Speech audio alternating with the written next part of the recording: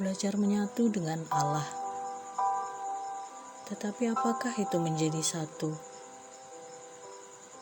Apakah sama seperti seorang ibu yang sedang hamil?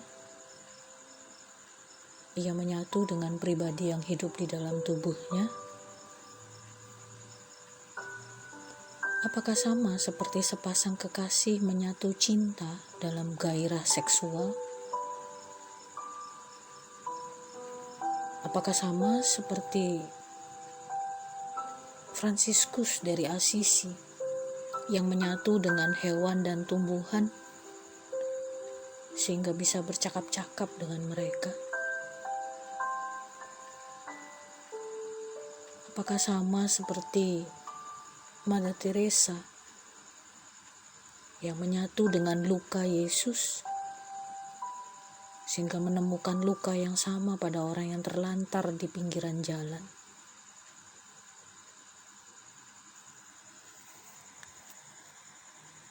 Ibrani pasal 1 ayat 1 sampai ayat 4. Setelah pada zaman dahulu Allah berulang kali dan dalam pelbagai cara berbicara kepada nenek moyang kita dengan perantaraan nabi-nabi, maka pada zaman akhir ini Ia telah berbicara kepada kita dengan perantaraan anaknya yang telah Ia tetapkan sebagai yang berhak menerima segala yang ada. Oleh Dia Allah telah menjadikan alam semesta. Ia adalah cahaya kemuliaan Allah dan gambar wujud Allah dan menopang segala yang ada dengan firman-Nya yang penuh kekuasaan. Dan setelah Ia selesai mengadakan penyucian dosa, Ia duduk di sebelah kanan yang maha besar di tempat yang tinggi, jauh lebih tinggi daripada malaikat-malaikat, sama seperti nama yang dikaruniakan kepadanya, jauh lebih indah daripada nama mereka. Allah Bapa di dalam Anak dan melalui Roh Kudus. Kesatuan yang terus bergerak dan tak pernah berhenti di satu ruang ataupun di satu waktu. Terkadang sulit untuk bisa membayangkan kesatuan Bapa, Anak, Roh Kudus dan memasukkannya dalam analogi hidup manusia. Dan mungkin membiarkan proses itu menjadi misteri akan menjadi lebih menyenangkan. Bukankah kalau semua sudah dapat kita jawab, kalau semua sudah dapat kita kalkulasi, justru Dia, Allah itu, semakin kelihatan lemah dan begitu mudah ditebak. Kalau Dia menjadi begitu mudah ditebak, bukankah tidak ubahnya Dia menjadi seperti gambaran kita, bukan kita seperti gambarnya? Bukankah memang sudah seharusnya Dia tidak mudah dideterminasi? Tidak ada seorang pun yang dapat membatasi cara kerja Allah. Jika Allah yang kita kenal adalah Allah yang maha besar,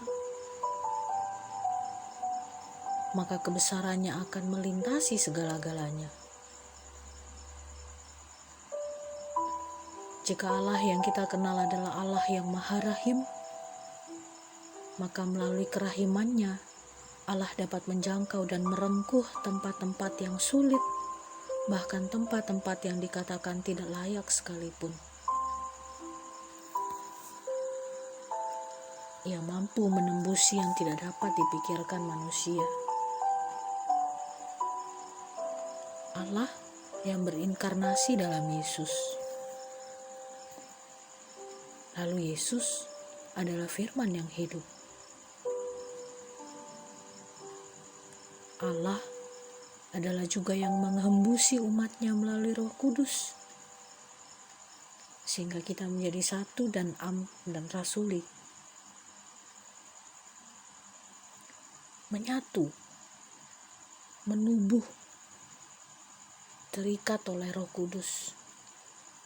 Entah apa lagi yang bisa diwakilkan dengan hal itu untuk menggambarkan kesatuan Bapa, Anak, dan Roh Kudus.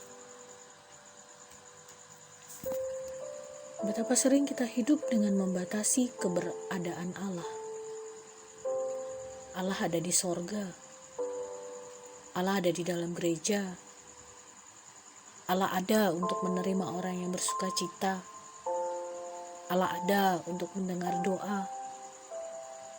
Allah yang ada hanya dapat dipahami oleh manusia. Mungkin tidak ada yang salah dengan batasan itu. Tetapi, bukankah Allah bisa ada di mana saja? Jadi dia tidak melulu dibatasi di sorga, di gereja, atau di satu tempat tertentu. Bukankah semua ciptaan ada di dalam dia? Maka baik sedang sukacita maupun sedang duka cita, baik yang sehat maupun yang sakit, baik yang waras maupun yang gila, semuanya di dalam dia. Bukankah tubuhnya tidak terlalu sempit untuk menampung semua? Maka sudah pasti dia bisa mendengar dan bahkan merasakan setiap orang yang menangis tanpa mampu menyebut namanya sekalipun. Bukankah dia Allah yang mencipta segala yang bukan manusia juga? Berarti hewan dan pepohonan pun punya bahasa untuk memahami dia. Lalu mengapa manusia memonopoli pemahaman akan Allah? Jika kita meyakini bahwa segala sesuatu yang diciptakan Allah, maka semua ciptaan ada di dalam Allah. Dan oleh karenanya, tidak ada sesuatu ataupun seorang pun yang di luar jangkauan Allah.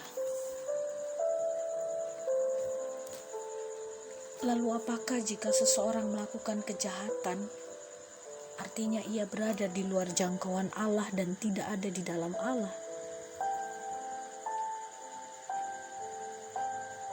Sebenarnya, selama kita yakin bahwa orang yang melakukan kejahatan itu juga adalah ciptaan Allah, maka orang itu juga pasti ada dalam rengkuhan Allah. Bukan ingin mengecilkan makna kesalahan dan dosa, tetapi jika memang semua berada di dalam Allah, maka putusan dosa dan salah ada pada Allah.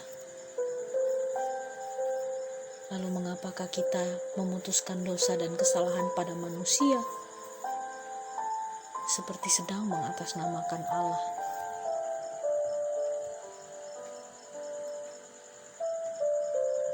Mengapa kita tidak membangun kebersamaan di dalam Allah?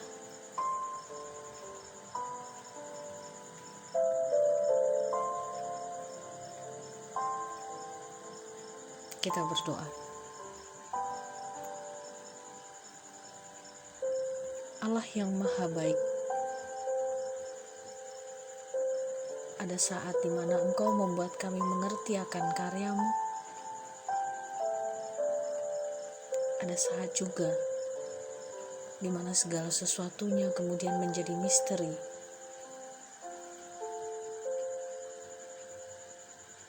Untuk hal-hal yang mungkin tidak mudah untuk dipahami, untuk hal-hal yang mungkin tidak mudah untuk dimengerti, kami tetap meyakini bahwa Engkau Allah akan senantiasa mendampingi kami untuk kami mendapatkan pengertian itu.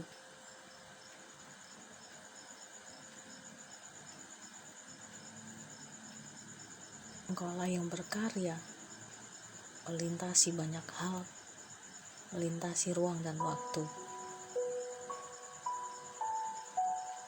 Biarlah kami boleh terus dan tetap merasakan karyamu melalui banyak hal juga.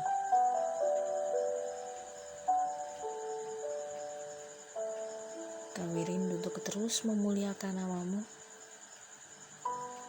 dan memancarkan kasih sayangmu bagi banyak ciptaan. Amin.